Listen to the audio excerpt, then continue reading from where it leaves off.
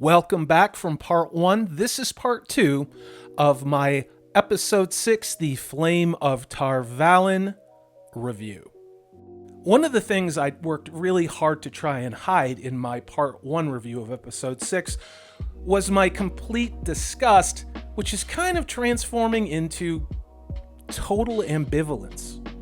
It's kind of like if there's a garbage strike and you keep having to walk down a street that has a dumpster that absolutely stinks. There's nothing you can do about it, but you find yourself taking a different path. That is how I am going to review Wheel of Time through the end of this season. No matter how much I procrastinated, this video just didn't want to make itself. Let's get into it. Should I even say spoilers? Spoilers. After getting reamed out by this show's version of the imperious Amerlin seat, Moiraine takes to drinking. Which, interestingly enough, is how I've been coping with this show too. For Moiraine, unfortunately, it's not the hard stuff, it's tea. Land comes to find her, and they go to the wrong inn in the wrong town to find Rand and Matt. And the destruction of what was an incredible storyline around Shader Logoth, the dagger, its effects on Matt, how when they went to Camerlin, they had to hide in some chambers in the women's section, how Matt got sicker, and then how they needed to be healed by, I believe it was 13 Aja, who weren't sure if they could actually heal him at all, is rolled up into one Rafe Judkins 10-second Moiraine the super lesbian scene, which is interesting because she wasn't a lesbian in the books, and in my previous reviews, I harshed on the way they treated Matt. I actually do feel bad for the actor who portrayed Matrim. He quit before this episode finished filming. We're still working on trying to find out exactly what happened. I'm sure that story is a lot more compelling than this. Blah, blah, blah. Moiraine tells Rand she would have done the same for any of them. And there's a microaggressive catfight scene with Nynaeve and Moiraine. You know, when I do say that name, Nynaeve, it just feels so wrong considering what they've done to her. The way this character is written. This absolutely butchered, unrecognizable storyline. Oh well, cut to a scene of the bathhouse. Yet more naked Moiraine, yawn, and a character by the name of Morgaine who has no business being in any of what's going on here. I'm not sure how and why they cast that woman the way that they did. I could for the millionth time talk about the way Aes Sedai are supposed to look, but, whatever. This is all very Games of Thronesies. And I have to admit that I've never found a scene of two women naked in a bath together be this unappealing. If that offends you, I could absolutely care less. And because Rafe Judkins' shitty story needs it to, Egwene and Perrin are found in Tar Valon by Moiraine. Blah, blah, blah. For whatever inexplicable reason, she decides to not tell them that Rand and Matt are indeed in the wrong town with them. And in what is yet another continuity error, when we see Perrin lying on his back, there is absolutely no indication at that angle, which you would see, of any wound at all. I mean, with all the other shit that's wrong, I guess, does it really matter? All of this dialogue is, of course, not in the books. And let's be honest, nothing in episode 6 is in the books. Only the names. After a hard day of canon-breaking healing all by herself, Moiraine is gonna have a little boom chicka wah wah time. She prevents her warder Lan from feeling her and what's happening to her, because it appears Moiraine hasn't gotten it in over 2 years. Thank God, Rafe Judkins and the creative team at Amazon invented their own version of the wardrobe in The Lion, the Witch, and the Wardrobe. Because none of this has anything to do with Robert Jordan's story. Moiraine gets to use the room of lesbian sex requirement, and who should be there but her dom, the Amyrlin Seat. I don't have words. If you're offended by what I'm saying, I frankly don't care, and here's why. This is not an original story. This is the story of Robert Jordan, none of which this happened within. Not one single thing that Moiraine has done since episode 1. Okay, maybe 1%, truly, but the rest of this is just made up nonsense. Just made up by the Amazon writer room. If I were Amazon and I paid these supposed Wheel of Time experts to monitor what was going on, I would be dragging them in front of my office and asking to have that pay returned to me. In my opinion, on a lot of book readers' opinion, actually.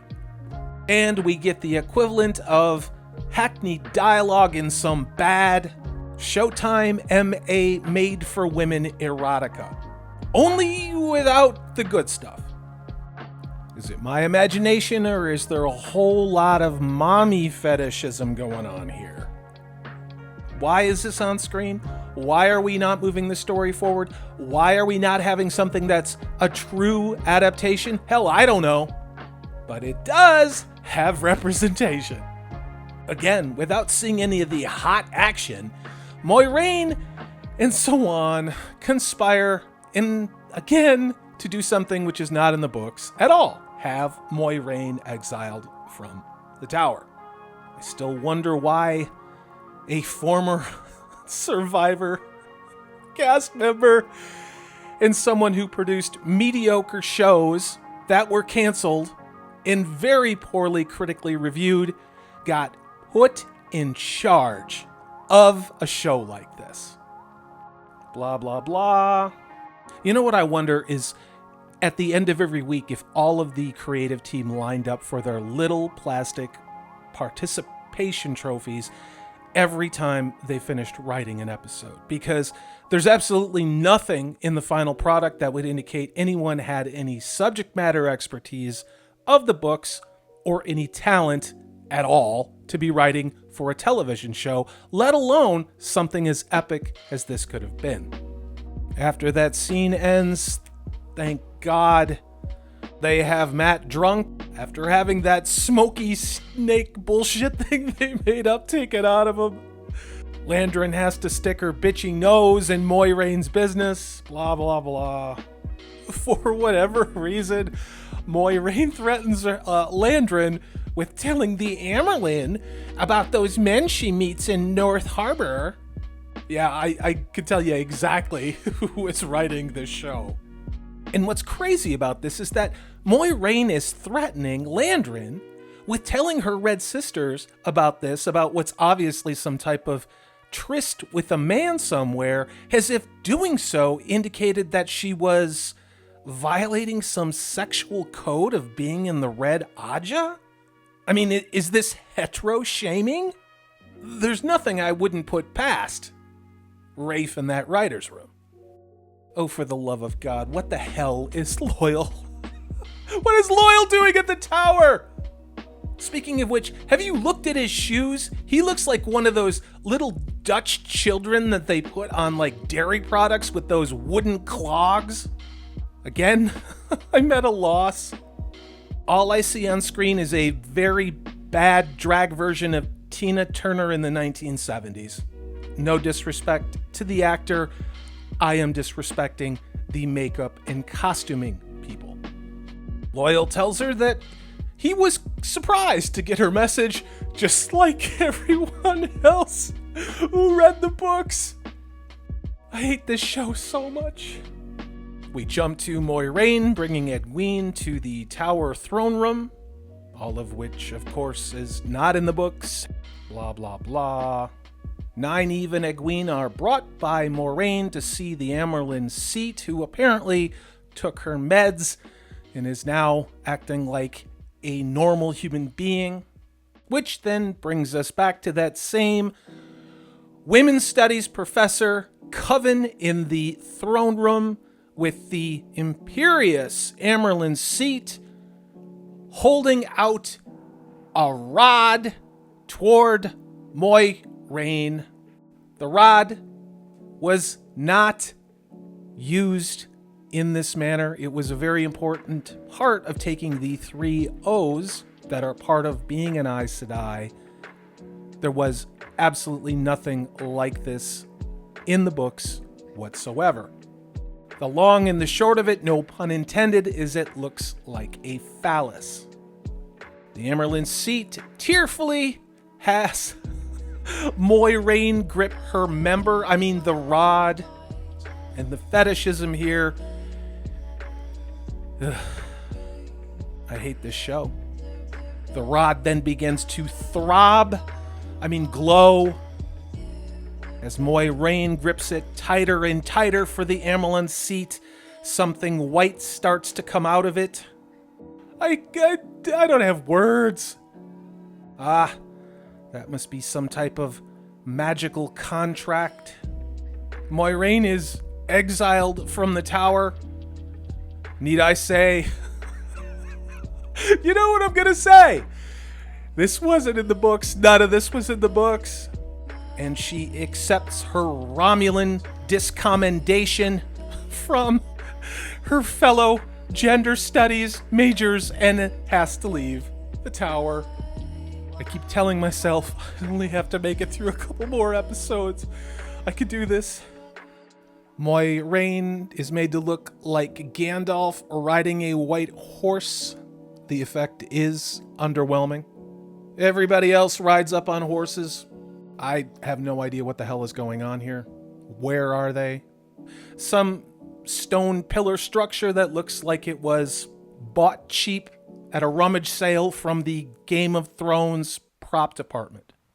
I, for one, am genuinely confused what the hell is happening.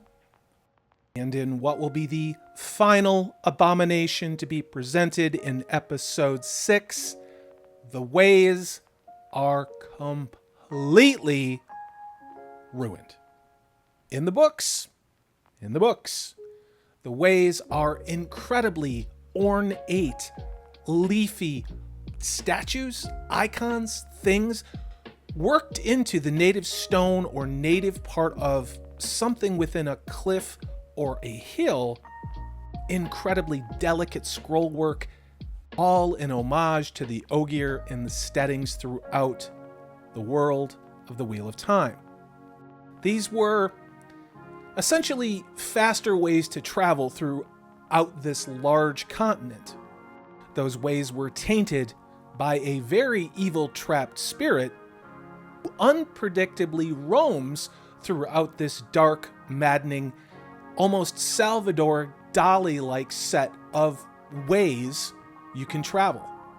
Now, in the books, the only ones who know how to read the hieroglyphs, the markers on these paths, are the Ogier.